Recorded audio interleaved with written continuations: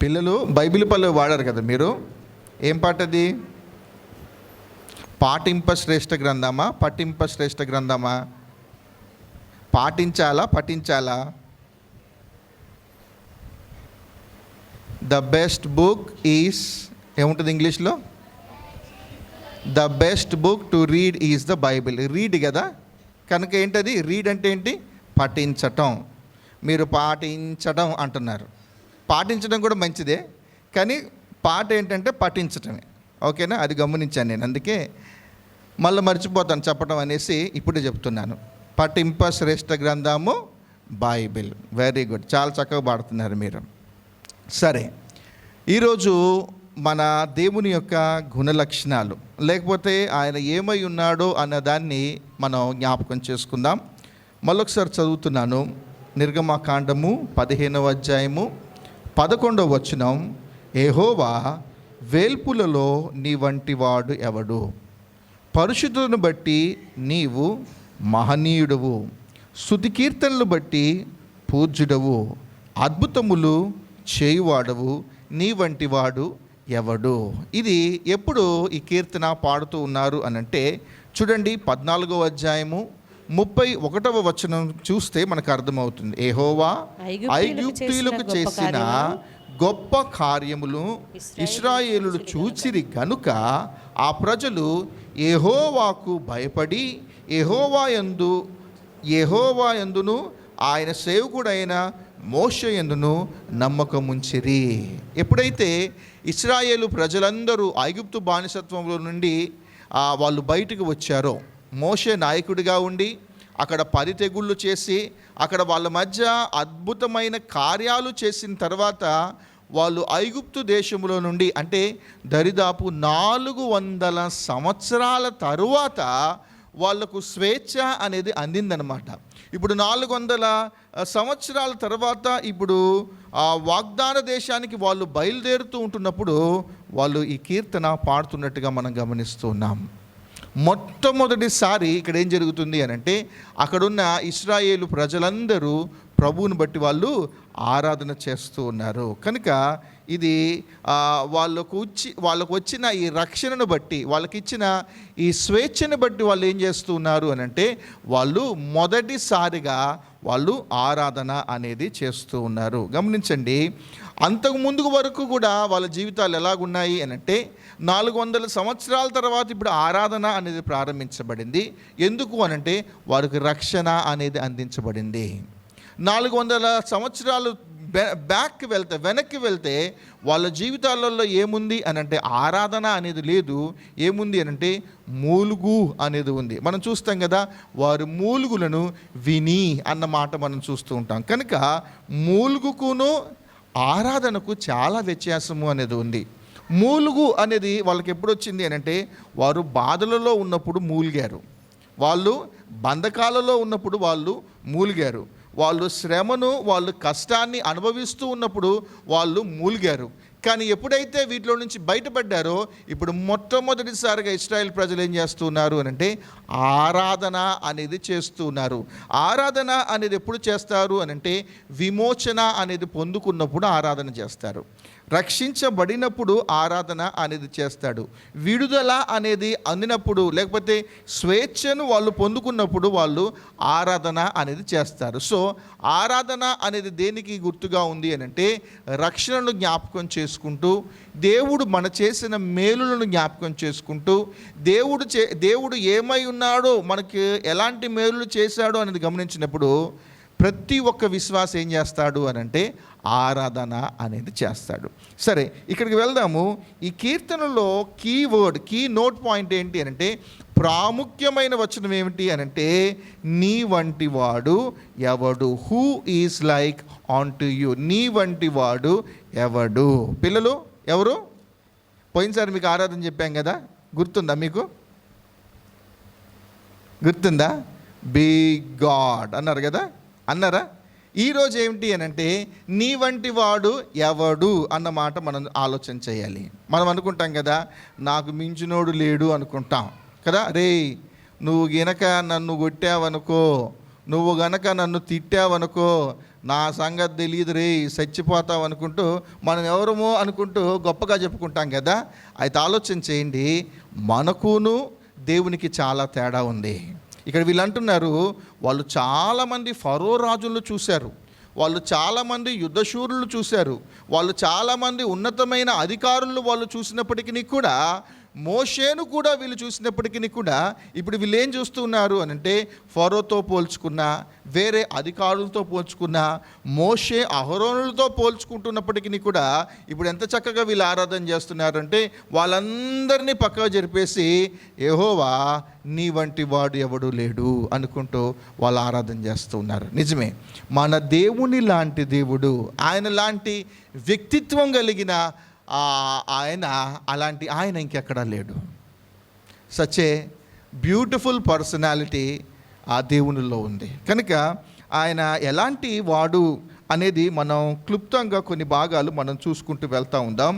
ఇక్కడ నీ వంటి వాడు ఎవడు అన్న ప్రశ్న దగ్గర మనం ఇప్పుడు జవాబులు ఎదుగుతూ ఉండాలి. నీ వంటి వాడు ఎవడు అన్న మాట దగ్గర అందులోనే ప్రశ్న ఉంది, అందులోనే జవాబు కూడా ఉందన్నమాట. కనుక ఈ దేవుడు ఎవడు అనుకుంటే ఒక్కొక్కటి క్లుప్తంగా చూసుకొని మన దేవుని బట్టి మనం ఆరాధన చేద్దాం. అయితే ముందుగానే మీకు ఆయన ఎవరు అనేది మీకు చెప్పేస్తాను, దాని తర్వాత మనం చక్కగా మనం ఆరాధన చేసుకుందాం. ఎవరు ఈయన అనంటే, పాపంలో నుండి విడిపించే విషయంలో ఆయన వంటి వాడెవడూ లేడు. మొదటిదేంటి? పాపము నుండి విడిపించే విషయంలో ఆయన వంటి వాడు ఎవడూ లేడు. అంటే అలాంటి రక్షకుడు ఇంకొకడు ఎవడూ లేడు. ఇది మొదటిది ఆరాధన చేయటానికి. ఏమిటి? పాపము నుండి విడిపించే విషయంలో ఇలాంటి వాడు ఎవడూ లేడు. రెండవది, నీతి విషయంలో ఆయన లాంటి వాడు ఎవడూ లేడు. రెండవది, నీతి విషయంలో ఆయన లాంటి వాడు ఎవడూ లేడు. మూడు, బలం విషయంలో ఆయన లాంటి వాడు ఎవడూ లేడు. బలము విషయంలో ఆయన లాంటి వాడు ఎవడూ లేడు.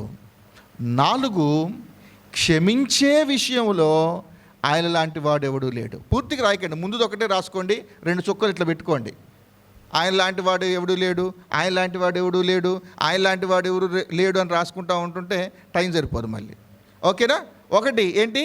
పాపం నుండి విడిపించే విషయంలో ఆయన లాంటి వాడు లేడు. 2, నీతి విషయంలో అలాంటి నీతిమంతుడు లేడు. 3, బలం విషయంలో ఆయన లాంటి బలవంతుడు లేడు. 4, క్షమించే విషయంలో ఆయన లాంటి వాడు ఎవరూ లేరు. చివరిది చెప్తున్నాను చూడండి. ఫరో ప్రభుత్వాన్ని చూశారు, అయినప్పటికీ కూడా వీళ్ళ హృదయంలో ఉంది ఏంటంటే, ప్రభుత్వం విషయం దగ్గరకు వచ్చేసరికి, సార్వభౌమాధికారం దగ్గరకు వచ్చేసరికి వీళ్ళు ఎలా ఆరాధన చేశారు అనంటే, పాలించే విషయంలో నీ వంటి వాడు ఎవడూ లేడు. ఎన్నైనాయి ఇప్పుడు? ఎన్నైనాయి? 5 అయినాయి కదా. సో ఈ 5 జ్ఞాపకం చేసుకుంటూ మన దేవుని బట్టి మనం ఆరాధన చేద్దాం. 1, రక్షణ. 2, నీతి. 3, బలం. 4, క్షమించే గుణం. 5, పాలించే విషయం. ఆయన ప్రభుత్వాన్ని మనం గమనిస్తూ ఉన్నప్పుడు చూడండి, ఒక్కొక్కటి వచనాలు జ్ఞాపకం చేసుకుంటూ మన దేవుని బట్టి మనం ఆరాధన చేద్దాం. కీర్తనలు 35వ కీర్తన 10వ వచనం దయచేసి చదవండి. 35వ కీర్తన 10వ వచనం. అప్పుడు యెహోవా నీ వంటి వాడెవడు? నీ వంటి వాడు ఎవడు? మించిన బలము గల వారి చేతి నుండి దీనులను, దోచుకొని వారి చేతి నుండి దీనులను, దరిద్రులను విడిపించువాడవు నీవే అని నా ఎముకలన్నీ చెప్పుకొనును. చాలమ్మా. ఇక్కడ చూడండి, అప్పుడు యెహోవా నీ వంటి వాడు ఎవడు? మించిన బలము గల వారి చేతిలో నుండి దీనులను, దోచుకొని వారి చేతిలో నుండి దీనులను, దరిద్రులను విడిపించువాడు నీవే అని నా ఎముకలు చెప్పుకొనును అన్న మాట ఇక్కడ కనిపిస్తూ ఉన్నాయి. ఇక్కడ ఏమని ఆరాధన చేస్తూ ఉన్నాడు అనంటే, ఒక బలమైన వ్యక్తి ఉన్నాడు, మనల్ని దోచుకునే వ్యక్తి ఒకడు ఉన్నాడు. వాడెవడు అనంటే అపవాది. అపవాది ఎవరిని మృంగుదుమా అని ఎదురు చూస్తూ ఉంటాడు. అపవాది ఎవరిని దోచుకొని నిత్య నరకాగ్నిలోకి మనల్ని తీసుకొని వెళ్ళిపోవాలా అనే ఆలోచన చేస్తూ ఉంటున్నప్పుడు ఇక్కడ అంటున్నాడు, అలాంటి దోచుకునే వాని దగ్గర నుండి, అలాంటి మరణ బలము కలిగిన వాడి దగ్గర నుండి, మరణ బలం కాదు కానీ అలా మనల్ని పాడు చేసే యొక్క వ్యక్తి దగ్గర నుంచి మనం ఆలోచన చేస్తూ ఉంటుంటే, దేవా మేము అలా చీకటిలో, మేము అలా పాపములో, మేము అలా అతిక్రమములో కూరిపోయి ఉంటున్న పరిస్థితులలో, నరకాగ్నికి వెళ్ళిపోతున్న పరిస్థితుల్లో ఉన్నప్పుడు మీరేం చేశారు అనంటే మమ్మల్ని విడిపించారు. భౌతికంగాను వాళ్ళు ఆ బానిసత్వంలో ఉన్నప్పుడు ఈ దేవుడు వాళ్ళను విడిపించటము అనేది జరిగింది. ఆత్మీయంగా కూడా మనం బానిసత్వంలో ఉన్నప్పుడు ఈ దేవుడు ఏం చేశాడు అనంటే మన పాపాల నుండి ఆయన విడిపించినందుకు మనం ఏం చేయాలి అనంటే మన దేవుని బట్టి మనం ఆరాధించాలి. ఇది అందరికీ తెలిసిన విషయమే. ప్రతి పరిశుద్ధ దినాన్న ఈ పాయింట్ అనేది లేకుండా ఎప్పుడు మనం ఆరాధన చేయలేదు. ఎన్ని గుణలక్షణాలు మనం చెప్పుకుంటూ ఉన్నప్పటికీ కూడా ఎండ్ దగ్గరకు వచ్చేసరికి మన దేవునికి మనం ఎందుకు కృతజ్ఞత చెల్లిస్తూ ఉంటాం, మన దేవుని బట్టి మనం ఎందుకు ఆరాధన చేస్తామనంటే very fundamental, very important point ఏమిటి అనంటే, క్రొత్తగా వస్తున్న వాళ్ళైనా ఆత్మీయంగా పెద్దగా ఎదగకపోయినా కూడా ప్రతి ఒక్క వ్యక్తికి ABCD అనేది ఎలాగైతే తెలుస్తూ ఉంటుందో, ప్రతి ఒక్క క్రైస్తవునికి, ప్రతి ఒక్క విశ్వాసికి తెలియాల్సిన ఒక ఇంపార్టెంట్ పాయింట్ ఏమిటి అనంటే, దేవుడు నన్ను పాపములో నుండి నన్ను విడిపించాడు, ఈ దేవుడు నన్ను నిత్య నరకాగ్నిలో నుంచి నన్ను విడిపించాడు, నాకు రక్షకుడుగా తానున్నందుకు మనం ఏం చేయాలి అనంటే ఆయన్ని బట్టి మనం ఆరాధన చేయాలి. యెహోవా నీ వంటి వాడు ఎవడు అన్న మాట దగ్గర మనం ఏమైనా ఆన్సర్ చేసుకోవాలంటే, రక్షించే విషయంలో ప్రభువా నీలాంటి వాడు ఎవడూ లేడు. భూమి మీద చాలామంది రక్షకులు ఉండొచ్చు, చాలామంది గొప్ప వ్యక్తులు ఉండొచ్చు, కానీ ఏ మానవుడు మనల్ని పాపం నుండి విడిపించలేదు. ఏ మానవుడు మనల్ని నిత్య నరకాగ్నిలో నుండి మనల్ని విడిపించలేదు. కనుక రక్షించే విషయంలో, పాపములో నుండి విడిపించే విషయంలో ఈయన వంటి వాడు ఎవడునూ లేడు అని మన దేవుని బట్టి మనము ఆరాధన అనేది మనం చేయాలి. రెండవది చూడండి, 71వ కీర్తన 71వ కీర్తన 19వ వచనం చూస్తే మనకు అర్థమవుతుంది. 71, 19వ కీర్తన చదవండి అమ్మా.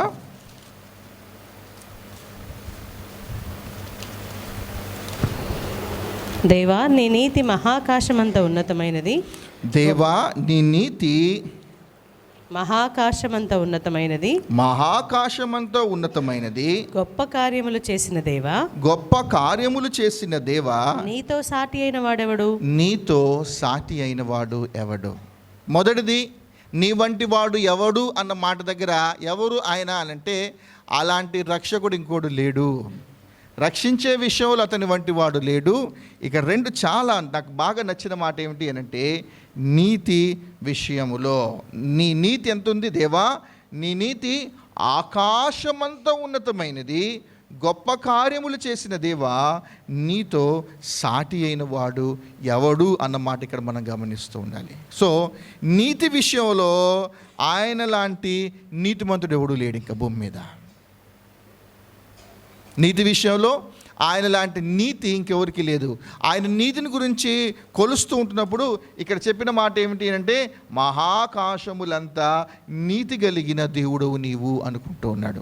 సో ఆయన కొలత అనేది చూస్తే చాలా ఉన్నతంగా కనిపిస్తూ ఉంటుంది. ఇప్పుడు ఈయన నీతికును మానవుని యొక్క నీతికి మనం గమనిస్తూ ఉంటుంటే ఈ దేవుడు ఏం చేశాడు అనంటే అనీతిమంతులమైన మనల్ని ఆయన ఏం చేశాడు, నీతిమంతులుగా తీర్చినందుకు మనం ఏం చేయాలి అనంటే మన దేవుణ్ణి బట్టి మనం ఆరాధన అనేది చేయాలి. బైబిల్లో ఉదాహరణకు ఇద్దరు వ్యక్తులు ఉన్నారు కదా. ఎవరైనా అనంటే పరిసయుడు, మరొక వ్యక్తి సుంకరి. సుంకరి ప్రార్థన చేసుకుంటూ ఉన్నాడు, పరిసయుడు కూడా ప్రార్థన చేసుకుంటూ ఉన్నాడు. పరిసయులు వాళ్ళ యొక్క గుణం, వాళ్ళ యొక్క లక్షణం ఏమిటి అనంటే మా అంత నీతిమంతుడు భూమి మీద ఎవడూ లేరు అనుకుంటున్నాడు. మేము మందిరానికి వెళ్తాం, మేము కానుకలు సమర్పిస్తూ ఉంటాం, నేను ఉపవాసం ఉంటూ ఉంటాను, నేను అన్నీ చేస్తాను, నా అంతటి నీతిమంతుడు ఎవడూ లేడు అని ఆయన గర్వంతో ఉన్నాడు. దాని తర్వాత అదే స్థానంలో ఒక సుంకరి కూడా తను ప్రార్థన చేసుకుంటూ ఉన్నాడు, రొమ్ము గుద్దుకుంటూ విధేయతతో తాను ప్రార్థన చేసుకుంటూ ఉన్నాడు. కానీ గమనించండి, ప్రభు అన్న మాట ఏంటంటే వీడు నీతిమంతుడా, అతడు నీతిమంతుడా అన్నమాట అన్నాడు. అర్హత లేని మనకు ఆయన ఏం చేశాడు అనంటే అర్హతను అనుగ్రహించాడు. పాపం చేత, అపరాధము చేత చచ్చిన పరిస్థితుల్లో ఉన్న మనము, దేవుని ఉగ్రతకు పాత్రులంగా ఉండాల్సిన మనము, నిత్య నరకాగ్నిలోకి వెళ్ళాల్సిన మనల్ని ఆ దేవుడు ఏం చేశాడు? మొట్టమొదటిగా మనల్ని విడిపించినందుకు మన దేవుణ్ణి బట్టి మనం ఆరాధన చేయాలి. విడిపించటము మాత్రమే కాదు, ఆయన కొంచెం ఇంకో అడ్వాన్స్లోకి మనల్ని తీసుకొని వెళ్తున్నాడు. ఏమిటి అనంటే మనల్ని ఆ దేవుడు నీతిమంతుడిగా తీర్చినందుకు కూడా మన దేవుణ్ణి బట్టి మనము ఆరాధన అనేది మనం చేయాలి. ఇది రెండవ భాగం. కనుక దేవుడు మనల్ని నీతిమంతుడిగా చేర్చినందుకు అబ్రహాము నమ్మెను కనుక అతడు నీతిమంతుడిగా ఎంచబడెను అన్న మాటను మనం గమనించాలి. మన నీతి గురించి ఇంకా లేఖనాలు మనం ఆలోచన చేసుకుంటూ ఉంటుంటే కంప్యూటర్ దగ్గర నీ వంటి నీతిమంతుడు లేడు అనుకుంటాడు. భక్తుడు అంటాడు నా నీతి మురికి గుడ్డ వంటిది అన్నమాట మనం జ్ఞాపకం చేసుకుంటాం. కనుక క్లుప్తంగా మనం ఆలోచన చేస్తూ ఉంటుంటే నీతి విషయంలో ఆయన వంటి వాడు ఎవడూ లేడు అని మన దేవుని బట్టి ఆరాధన చేద్దాం. 1 కొరింథీయులకు రాసిన పత్రిక 1వ అధ్యాయము 31వ వచనం మనం జ్ఞాపకం చేసుకుంటే ఆయన మనకు జ్ఞానమును, నీతియు, పరిశుద్ధతయు, విమోచమును అనుగ్రహించను అన్నమాట మనం చూస్తాం.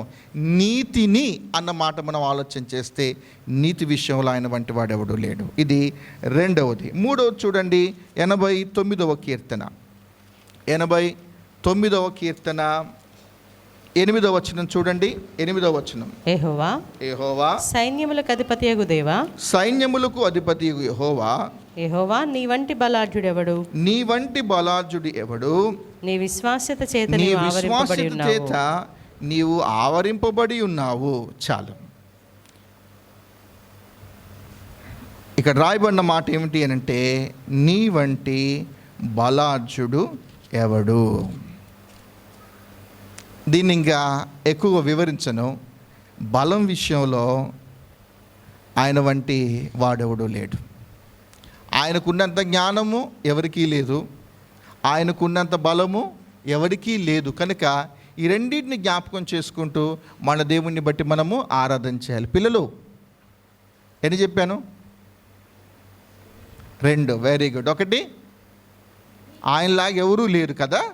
ఫస్ట్ ఎందుకు ఆయనలాగా ఎవరు లేరని చెప్పాను? పాపం నుండి విడిపించే విషయంలో ఆయన ఒక్కడే ఉన్నాడు. 2 గుడ్, నీతిమంతుడు ఆయన ఒక్కడే ఉన్నాడు. 3వది ఆయన లాంటి బలవంతుడు ఎవడు లేడంట. మనం కార్టూన్లో చూస్తూ ఉంటాంగా, మీకు అందరు నచ్చుతాడు కదా. ఒకసారి మా ఇంటికి ఒక బుడ్డోడు వచ్చాడు, హల్క్ బొమ్మ ఉంది. హల్క్ బొమ్మ ఉంటే వాడికి అప్పుడప్పుడే మాటలు వస్తూ ఉన్నాయి. ఒరే వీడి పేరు ఏంట్రా అంటే కండల్ రాజ్ అన్నాడు. వాడి పేరు తెలియదు. నాకే నవ్వు వచ్చింది, అరే నాకే పేరు తెలియదు, వీడి పేరు ఏంటంటే కండల్ రాజ్ అన్నాడు. వాళ్ళకి అవి గొప్పగా అనిపిస్తూ ఉంటాయి. కానీ ఈ దేవుడు ఎంత గొప్ప దేవుడు, ఎంత బలవంతుడైన దేవుడు అని అంటే ఇలాంటి బలం హల్కుల్ లాంటి వాళ్ళు, సూపర్ మ్యాన్ లాంటి వాళ్ళు 1 కోట్ల మంది ఉన్నా కూడా ఈ దేవుని ముందు చిన్న చిన్న చీమల్లాగా ఉంటారు వాళ్ళు. సో మన దేవుడు ఎవరు? బలవంతుడు అయిన దేవుడు. అయితే ఈయన ఏం చేశాడు? రోమిలికి రాసిన పత్రిక 5వ అధ్యాయం, రోమిలికి రాసిన పత్రిక 5వ అధ్యాయము 10వ వచనం చూస్తే మనం ఇంకనూ బలహీనులమై ఉండగా అన్న మాట మనం ఆలోచన చేయాలి. ఎలనగా శత్రువులమై ఉండగా ఆయన కుమారుని మరణము ద్వారా మనము దేవునితో సమాధాన పరచబడిన ఎడల సమాధాన పరచబడిన వారమై ఆయన జీవించుట చేత మరణిశ్చయముగా రక్షింపబడుదుము. సమాధానం అనేది ఎలా వస్తుంది ఒక వ్యక్తికి? బలహీనులంగా ఉన్నప్పుడు సమాధానం ఎలా వస్తుంది? బలహీనమైన వ్యక్తి బలవంతుడిగా ఎలా మార్చబడుతూ ఉంటాడు? ఆలోచన చేయండి. ఏ విశ్వాసి అయితే ఈ దేవుని యొక్క దైవత్వము అనేది నిజంగా అర్థమవుతుందో, ఒక విశ్వాసికి దేవుని యొక్క గుణలక్షణం నిజంగా అర్థమవుతూ ఉంటుందో, మన బలహీనతలో ఆయన ఎంత బలవంతుడో అనేది మనకు అర్థమవుతూ ఉంటుంది. ఈ 4-5 రోజుల నుంచి మనం ఒక కేసు చూస్తూ ఉన్నాం కదా. క్రిస్టియన్స్ అందరూ ర్యాలీస్ చేస్తూ ఉన్నారు. ప్రవీణ్ పగడాల గారు, ఆయన యాక్సిడెంట్ అయిందో పాపం నిజంగా ఎవరైనా చంపేశారో మనకు తెలీదు, కానీ కొన్ని వేల మంది వ్యక్తులు ఆ కుటుంబానికి కండోలెన్స్ ఇస్తూ ఉంటున్నప్పుడు, కొంత వేల మంది చాలా బాధపడుతూ ఉంటున్నప్పుడు ఆయన భార్య మాత్రం ఏం చేసింది? బలహీనురాలుగా కనపడిందా, బలవంతురాలుగా కనపడిందా? ఒకటే, ప్రభువును అంగీకరించిన ఏ వ్యక్తి అయినా ప్రభువును బట్టి బలపరచబడుతూ ఉంటాడు. ప్రభువు నాకు తోడుగా ఉంటాడు అన్న గ్రహింపులో వాళ్ళు ఉంటూ ఉంటారు. కనుక నేను ఎప్పుడు బలహీనుడునో అప్పుడు నేను బలవంతుడును అని అన్నాడు. కనుక మనల్ని బలపరిచే దేవుడు బలవంతుడై ఉండాలి. కనుక ఈయనెవరు అనంటే బలవంతుడు అయిన దేవుడు అని మన దేవుని బట్టి మనం ఆరాధన అనేది మనం చేద్దాం. 4వది చూడండి, 4వది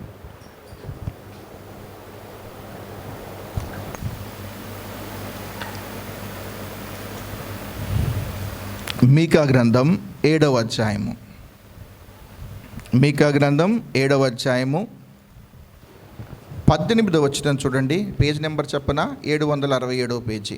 తన స్వాస్థ్యంలో శేషించిన వారి దోషమును పరిహరించి వారు చేసిన అతిక్రమముల విషయమే వారిని క్షమించు దేవుడువైన నీతో సముడైన దేవుడున్నాడా? ఆయన కనికరము చూపటి యందు సంతోషించువాడు గనుక నిరంతరము కోపముంచడు. చాలు నాన్న.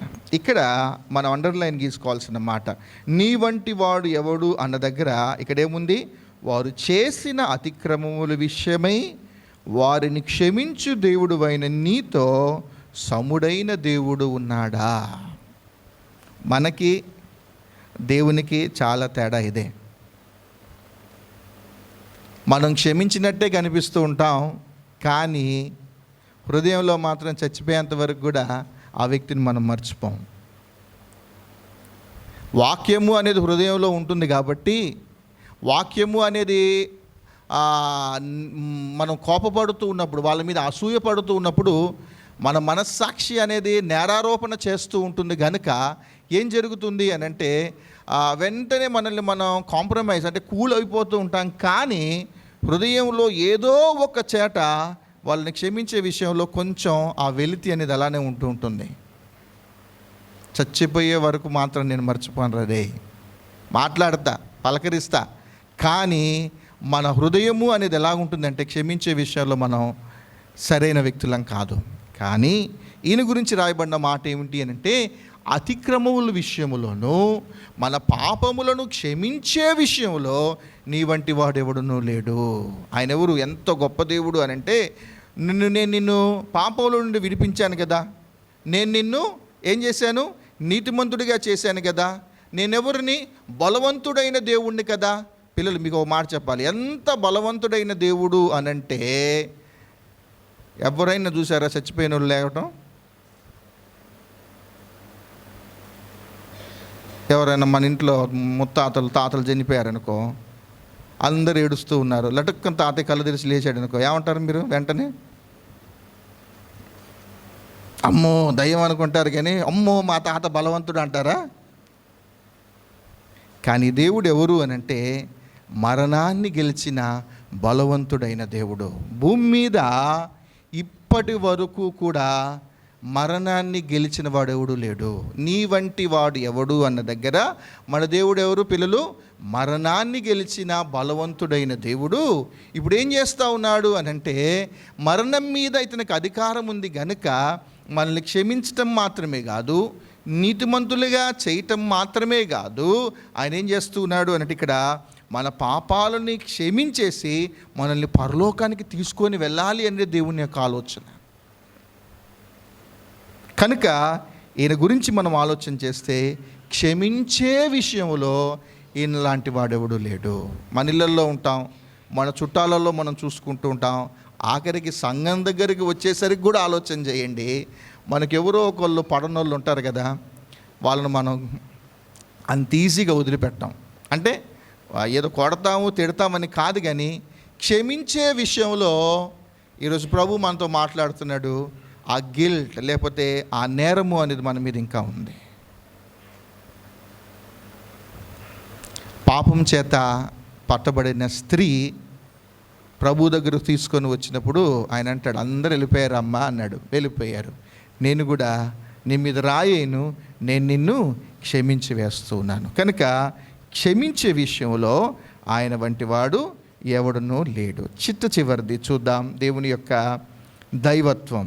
ఇర్మియా గ్రంథం 10వ అధ్యాయము. ఇర్మియా గ్రంథం 10వ అధ్యాయము 7వ వచనం దయచేసి చూడండి. జనములకు రాజా, జనములకు రాజా, నీకు భయపడని వాడెవడు? నీకు భయపడని వాడు ఎవడు? జనముల జ్ఞానులందరిలోను, జనముల జ్ఞానములందరిలోను, వారి రాజ్యములన్నిటిలోను, వారి రాజ్యములన్నిటిలోను నీ వంటి వాడెవడునూ లేడు గనుక నరులు నీకు భయపడుట అనుగుణ్యము. చాలు. భూమి మీద రాజులు చాలామంది ఉన్నారంట. ఇందాక మన ఇంట్రడక్షన్లోనే మనం చూసాం కదా, ఇశ్రాయేలీలందరూ ఎందుకు కీర్తనలు పాడుతూ ఉన్నారు? ఎందుకు నీ వంటి వాడు ఎవడునూ లేడు, వేలుపులలో నీ వంటి వాడు ఎవడూ లేడు, పరిశుద్ధతలో నీవు మహనీయుడువు, నీ వంటి వాడు ఎవడూ లేడు అని వాళ్ళు ఆరాధన చేయడానికి గల కారణం ఏంటి? మళ్ళీ జ్ఞాపకం చేస్తున్నాను, 400 సంవత్సరాలు వాళ్ళు బానిసత్వంలో ఉండి ఎంతోమంది ఫరోలను చూశారు, వాళ్ళు ఎంతోమంది అధికారులను వాళ్ళు చూశారు, మోషేను వాళ్ళు చూశారు. ఇప్పుడు వాళ్ళు ఏమంటున్నారు అని అంటే, వీళ్ళందరితో పోలుస్తూ ఉన్నప్పుడు నీ యొక్క ప్రభుత్వ అధికారాన్ని లేకపోతే నీ యొక్క పాలనను మేము గమనిస్తూ ఉంటున్నప్పుడు వాళ్లకు మీకు అసలు పొంతనే లేదు. అందుకనే మీకు ఆ మాట చెప్పాను. ఏమిటి అంటే, పాలించే విషయంలో కూడా ఈయనలా వంటి వాడెవడు లేడు. ఈయన విశ్వాన్ని పాలిస్తున్న దేవుడు. సృష్టి ఆరంభము నుండి అది ఒక దినాన మిక్కుటమైన వేండ్రముతో ఇవన్నీ లయమైపోయే కాలం అనేది ఒకటి ఉంది. అప్పటి వరకు కూడా వీటన్నిటిని ఎవరు ఆపరేట్ చేస్తున్నారు? వీటన్నిటినీ సృష్టి అనంటే మన ముఖ్యమంత్రి కానీ మన ప్రధానమంత్రులు కానీ ఆకాశ మహాకాశాలని లేకపోతే సూర్యుడు చంద్రుడిని వీళ్ళెవరు ఆపరేట్ చేయట్లే. ఎవరు పాలిస్తున్నారు వాటన్నిటినీ? ఎవరు మాట వింటున్నారు కదా? మార్నింగు, ఆఫ్టర్నూను, నైటు, మార్నింగ్ సన్ను, ఈవినింగ్ మూను, స్టార్సు, ఎయిర్, ఇవన్నీ ఎవరు పంపిస్తున్నారు? కలెక్టర్ గారు పంపిస్తున్నారు. రోజు కొత్తగూడెంలో కలెక్టర్ ఆఫీస్ ఉంది కదా, మనకేమో ఒక కలెక్టర్ పంపిస్తున్నారు, శ్రీరామనగర్ కాలనీ ఏమొచ్చి ఇంకో వాళ్ళు ముఖ్యమంత్రి పంపిస్తున్నాడు. కాదు కదా, సార్వభౌమాధికారం కలిగిన దేవుడు. కనుక పాలించే విషయంలో ఇలాంటి వాడు ఎవడు లేడు. చూడండి, ప్రపంచాన్ని పాలించిన ఒక రాజు మనకు తెలుసు కదా, నెబుకద్నేజరు గురించి మనం ఆలోచన చేసేటప్పుడు ఆయన అనుకున్నాడు, ఆయన చేసిన కట్టడాలన్నింటినీ జ్ఞాపకం చేసుకుంటున్నప్పుడు, ఆయన నిర్మించిన ప్రతీదిని ఆయన పాలనలో ఆయన గమనిస్తూ ఉన్నప్పుడు తనేమనుకున్నాడు అనంటే, నాలాంటి వాడు ఇంకెవడూ లేడు, నా అంత గొప్ప రాజు ఇంకెవడైనా ఉన్నాడా అని విర్రవీగుతూ ఉంటున్నప్పుడు దేవుడు ఏం చేశాడంటే అతన్ని కట్ చేశాడు. బాబు, ఇంత జ్ఞానం కానీ లేకపోతే నువ్వు ఇంత సంపాదించుకోవడానికి గల కారణం నువ్వెవరో మర్చిపోయావు అనుకుంటూ ఆయన్ని కొంచెం ఏం చేశాడు, ట్యూన్ చేశాడు. చూస్తే కట్ చేసి చూస్తే ఆయన ఏమైపోయాడు, 7 సంవత్సరాలు అరణ్యంలోకి వెళ్ళిపోయాడంట. మృగంలాగా అయిపోయి గోర్రెలను పెంచుకుంటూ పిచ్చోళ్ళలాగా అయిపోయాడు. ఆయనకు అర్థమైపోయింది.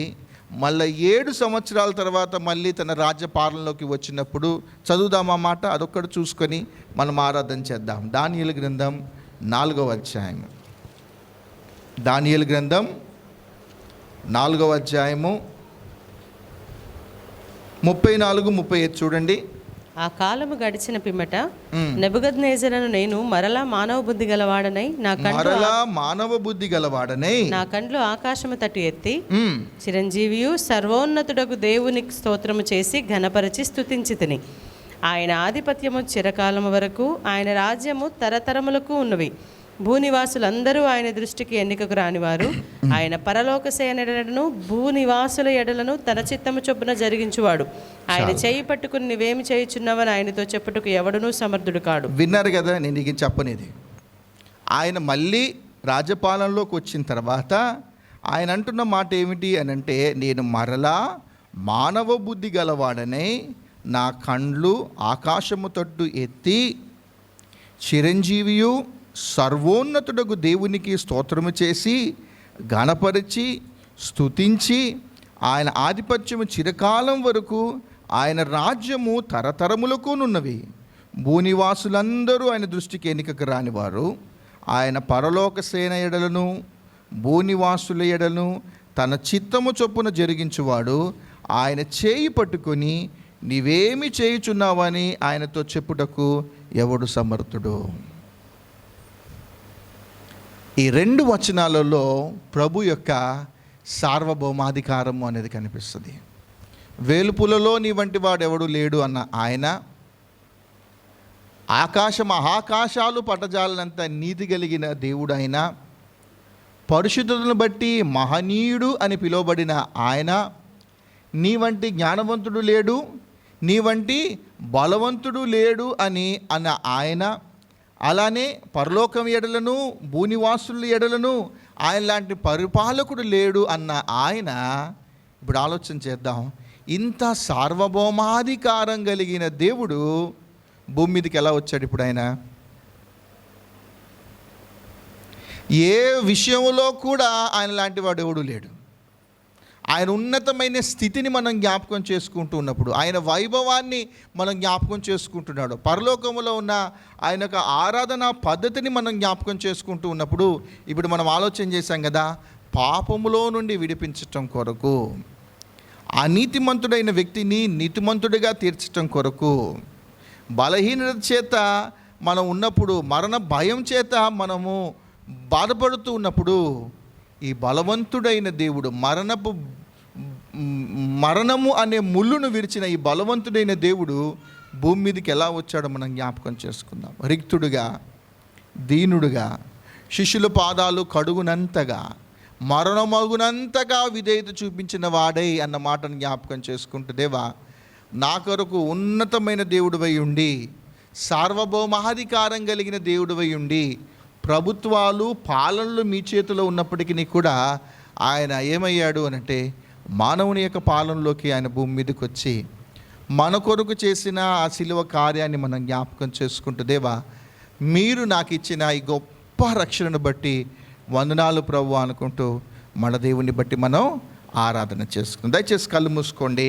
మరొకసారి క్లుప్తంగా చెప్తూ ఉన్నాను, యెహోవా నీ వంటి వాడు ఎవడు అన్న మాట దగ్గర రక్షణ ఇచ్చే విషయంలో ఆయన వంటి వాడు ఎవడూ లేడు. 2, నీతి విషయంలో ఆయన వంటి వాడు ఎవడూ లేడు. 3, జ్ఞానము బలం విషయంలో ఆయన వంటి వాడు ఎవడూ లేదు. క్షమించే విషయంలో ఆయన వంటి వాడు ఎవడూ లేడు. చివరిది, సార్వభౌమాధికారం కలిగిన దేవుడు, పాలించే విషయంలో కూడా ఆయన లాంటి పాలకుడు లాంటి ఎవడూ లేడు.